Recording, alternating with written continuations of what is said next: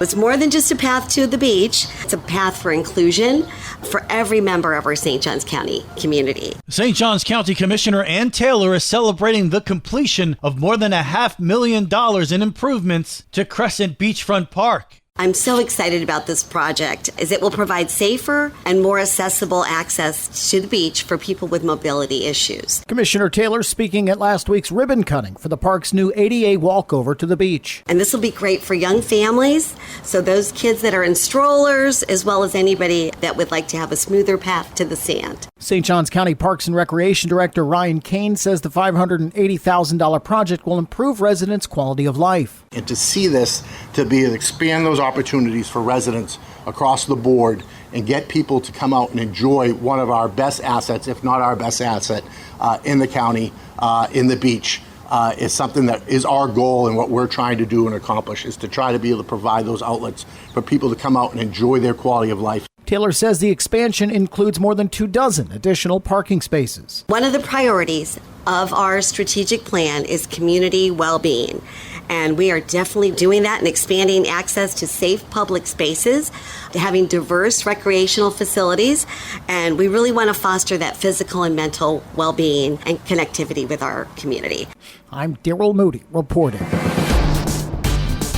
This local news is a service of your hometown Toyota dealer, Beaver Toyota in St. Augustine, conveniently located off I-95 at exit 311. Just do something to prevent this. Some of y'all ran on campaigns about tree protections, buffers, live up to those promises. What if this was your neighborhood? What if this was your yard? Is that what you want to see when you come home from work one day? Robert McVeigh gave an impassioned plea to the Board of County Commissioners during discussion about tree protection ordinances. McVeigh spoke on behalf of himself and his neighbors in Dolphin Cove. He explained, with pictures, what happened a few years ago to the land that abuts their properties. Got ravaged by Gate Petroleum's clear-cutting efforts, and this is what happened to our neighborhood. He showed dramatic pictures and video taken from his backyard of a view that used to be trees and vegetation, but now looks like a barren moonscape. Right up to the property line. No buffer, no nothing. Right where my kids play, no fence, no protection. Here's a massive excavator doing its thing, ripping it down. Nobody cares. But we know who fills the coffers of campaigns. McVeigh says the neighborhood has suffered from the adjacent clear-cutting. Years of dealing with the ecosystem changes, the environment, the wind is relentless, people's pools, filthy, not usable. The trees houses all the native wildlife out there, all of that's gone. They killed our property values. Developer Chris Shee responded and completely disagreed with McVeigh. Chris Shee says tree protections are illegal. For the county to tell me or anyone else that I can't cut down a tree because of how wide the diameter is a taking. It's illegal. It should not be allowed.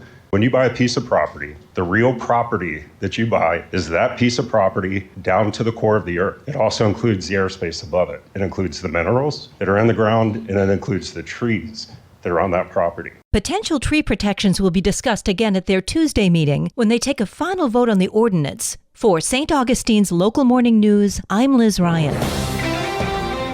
The latest unemployment data is available for St. Johns County. St. Johns County's June 2025 unemployment rate jumped to 4%, which was 0.5% higher than it was last month. Perspective from Greg Blase, Chief Executive Officer, Nexus 360. 4% matches the highest unemployment rate in St. Johns County since June of 2021. So we're talking about 4 years. And a 4% unemployment rate is really good, normally speaking. However, in St. Johns, this number does show us how the uncertainty in the job market continues to increase. For months, Nexus 360 has shared that warning signs were present for an economic downturn in St. Johns County. Those warning signs have turned into fewer jobs created and more people in the unemployment line. When we look at St. Johns County job creation over the last year, we see that 999 fewer people are employed than the same point in time last year, and we have 802 more residents standing in the unemployment line. The St. Johns County labor force is reported at just over 156,000 residents. For St. Augustine's Local Morning News, I'm Karen Johnson.